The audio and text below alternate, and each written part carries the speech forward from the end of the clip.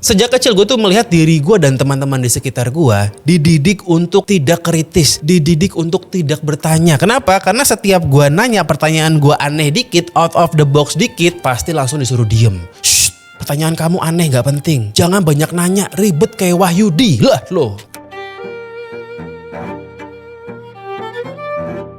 Dididik supaya nanya yang sesuai sama kurikulum aja. Kalau udah keluar dikit, aneh dikit, dibilang kayak Yahudi. Ini merupakan pendidikan yang membuat orang tidak kritis. Karena jadi takut nanya, takut begitu nanya dikira pertanyaannya bodoh. Ini terjadi di banyak orang Indonesia.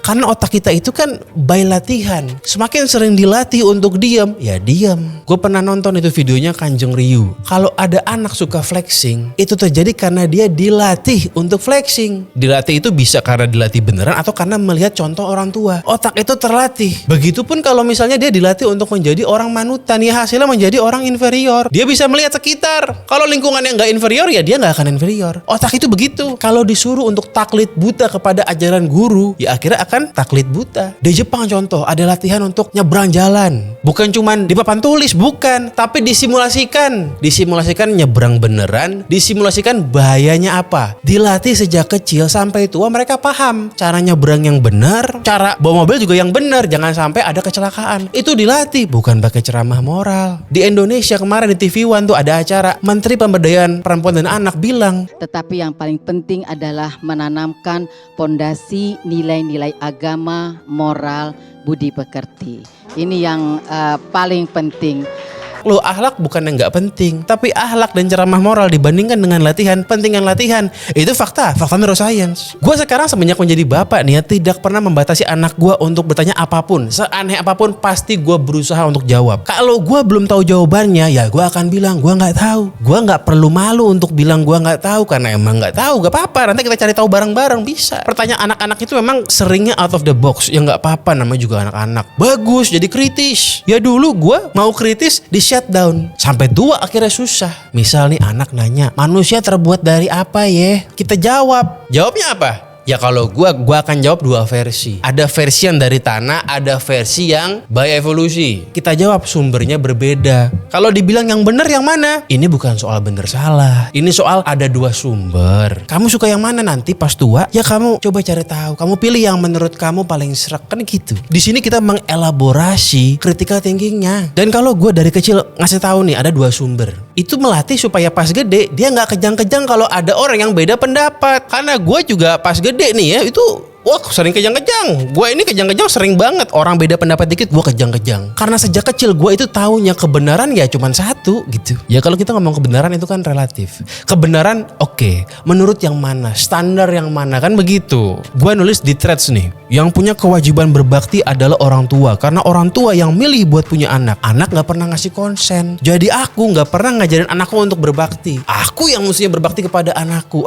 Orang pada kejang-kejang. Dibilangnya amoral dan tidak beradab. Pertanyaan gue kan kalau ngomongin adab yang mana? Beda tempat beda adab. Sesimpel gue bilang hantu itu gak ada aja. Orang pada kejang-kejang. Kamu bang bilang hantu gak ada karena gak pernah merasakan aja. Kalau kamu lihat pasti kamu ketakutan. Lah fenomena melihat hantu sudah berkali-kali terbukti oleh sains sebagai halusinasi. Hantu seperti pocong, genderuwo, vampir, semua itu hoaks. Apalagi santet. Kalau santet beneran ada, ini logikanya nih ya. Menir-menir datang ke Indonesia pasti kanjutnya udah pada meledak. Itu kalau santet beneran ada bos. Tapi ya gue bilang ke anak gue, banyak orang masih percaya hantu, kebanyakan orang tua. Kenapa? Karena zaman dulu pengetahuannya belum sampai. Ya nggak apa-apa, kita nggak perlu jadi misionaris yang harus memaksa dia untuk pindah kepercayaan. Nggak usah gitu loh. Kalau dia mau percaya genderuwo, ya udah nggak apa-apa. Kalau kita penasaran kenapa dia percaya hantu, ya kita cari tahu. Buat memperkaya hazanah POV kita, nggak apa-apa. Kita nggak usah jadi misionaris. Orang percaya apa ya udah biarin aja. Nah itu kan merupakan latihan-latihan agar pas gede tidak kejang-kejang. Dan gue juga kasih tahu ke anak gue kalau misalnya sumbernya sains itu tidak semuanya fakta selamanya akan begitu, tidak. Ada yang konsensus, ada juga yang masih bisa diperdebatkan. Ya kalau one day faktanya berubah nggak apa-apa karena emang kebenaran itu nggak harus mutlak gitu. Ada yang mutlak parah ada, tapi nggak semuanya. Ya begitu faktanya. Kalau berubah ya gimana? Ya nggak apa-apa, kita berubah juga. It's okay. Ya kalau gue kan dulu diajarkan untuk memonopoli kebenaran. Yang benar ya gue, yang lain yang beda, sesat. Yang beruntung gue, yang lain nggak beruntung. Gue bikin video kayak begini di Jamaah Neuroscience. Ini tujuannya buat sama-sama latihan dan mengingatkan buat gue juga. Ya jangan sampai gue relapse kan. Sekarang udah nggak kejang-kejang. Tiba-tiba besok gue kejang-kejang lagi. Kan ini latihan juga. Dan gue bikin video ini karena gue merasa gue dengan lu, kita semua nih punya ikatan yang sama. Ikatan kejang-kejang karena hal yang mirip-mirip. Ya kalau gue dengan orang Inggris mungkin kejang-kejangnya dengan hal yang berbeda, konteks yang berbeda. Kalau gue sama lu ya kita karena hidup di lingkungan yang mirip-mirip, kejang-kejangnya karena tipe yang sama. Itu ikatan kita tuh. Dan itu kenapa ya gue pengen bikin beginian. Meskipun lo udah tua, itu otak masih bisa dirubah. Pelan-pelan bisa dilatih. Kejang-kejang kita latih jadi lebih santuy gitu. Orang kejang-kejang itu tipikalnya ada lagi nih. Contoh, dia gampang mengkultuskan orang. Lihat politisi dikit, ngetop dikit, baik dikit, langsung digadang-gadang, dikultuskan menjadi presiden. Aduh, berulang-ulang. Dari tahun ke tahun ini terjadi berulang-ulang. Gak pernah belajar. Ya kalau menurutku kalau negara mau maju perlu revolusi mental. Kalau kita mau maju nih, revolusinya itu minimal nih. Udah gak usah bertengkar sama orang deh. Gak usah. Minimal lu berani bertengkar di pikiran lu sendiri. Langkah awalnya harus dibiasakan untuk tidak memonopoli kebenaran. Karena kalau lu sudah memonopoli kebenaran, gimana lu mau bertengkar? Ya sejak kecil dilatih untuk tidak fanatik amat gitu. Ya lu boleh pegang kebenaran A, tapi gak usah memonopoli gitu. Biarin aja. Kalau ada ruang orang berbeda, biarkan. Disitulah mulai kita bisa bertengkar dalam pikiran. At least begitu.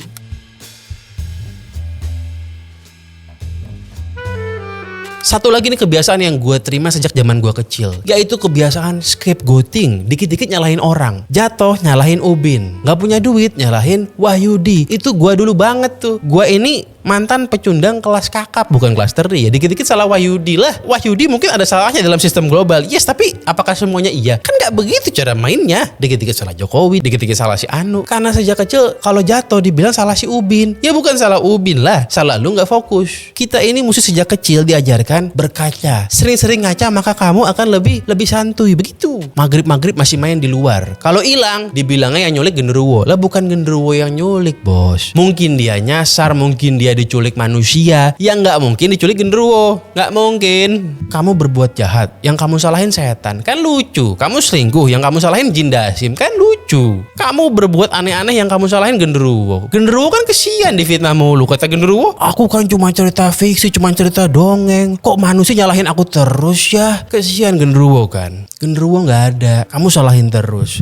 Yang salah siapa? Kita yang gendeng. Dan ini pun terjadi sampai level negara. Bangsa yang sering menyalahkan orang yang dia karang-karang sendiri itu ya sama mentalnya. Dikit-dikit nyalahin PKI, dikit-dikit nyalahin HTI, dikit-dikit nyalahin antek asing. Sekarang nih lagi nyalahin bencong-bencong. Loh, kok bencong kamu salahin atas apa yang terjadi kepada negeri ini? Itu kan aneh. Ada gempa nyalahin bencong, ada longsor nyalahin tukang coli. Kan kocak gitu loh. Bang, tukang coli itu kan tukang berbuat maksiat. Jadi wajar dong, Bang. Oh iya. Ya kalau pakai logika coli itu maksiat dan maksiat bisa membuat longsor, ya masuk sih. Tapi ya kalau kita mau berpikir lebih pelan nih ya, apakah kalau semua bencong ditendang ke pulau Madeira misalnya gitu ya, dan semua tukang coli dibuang ke Australia, apakah kita akan bebas gempa dan longsor? Kan nggak juga gitu. Itu semua tadi kan musuh bersama adalah intersubjective reality. Karangan yang kita setujui supaya kita bisa lebih erat. Nggak apa-apa boleh sih, tapi jangan overuse. Jangan dikit-dikit ngarang melulu gitu. Manusia itu driven by narasi. Jadi kalau kita bikin narasi, bukannya nggak boleh.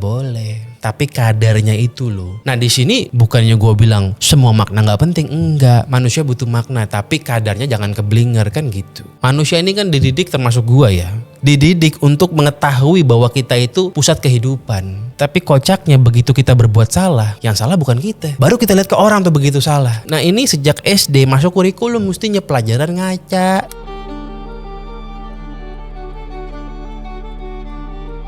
Lagi-lagi disclaimer di sini, nama channel Jamaah Neuroscience. Gue bukan ahli neuroscience, makanya namanya Jamaah Neuroscience. Kalau gue Jamaah Al-Riu, gue nontonnya Riu Hasan. Nah gue bikin begini ya mungkin versi yang lebih nggak kasarnya kan gitu. Gue bukan ahli neuroscience, gue anak IPS. Tapi kita kan pembelajar, mengetahui diri kita ini seperti apa. Kenapa kita begini, kenapa kita begitu. Dengan mengetahui, lo jadi lebih santuy. Oh ternyata gue tuh kemarin marah-marah karena otak gue begini begitu. Ya itu nama Jamaah Neuroscience. audiens pembelajar gitu loh. Ya gue mencoba belajar baca ini, baca itu. Meskipun IQ gue pas-pasan, baca itu susah. Tapi kita kan berusaha. Ya lumayan lah perubahan dalam hidup gue. Dulunya gue itu kan nontoninnya podcast artis cerai. Sekarang nontonin podcastnya Rio Hasan. Lumayan naik tipis-tipis lah. Nah gue bikin konten begini tujuannya bukan menjadi titah buat lu bergerak, bukan. Tapi sebagai provokasi kepada pikiran gitu. Nonton konten begini, nonton kontennya Rio Hasan supaya terprovokasi. Oh, ternyata gue boleh berpikir kayak begitu ya. Coba gue pikir, coba gue kulik.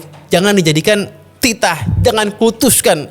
Kalau lu mengkultuskan, lu dungu juga. Nggak ada bedanya gitu. Oke lah, adios, famos, I see you in the next videos. I love you all. Muah, always no homo. Obrigado. Shoo.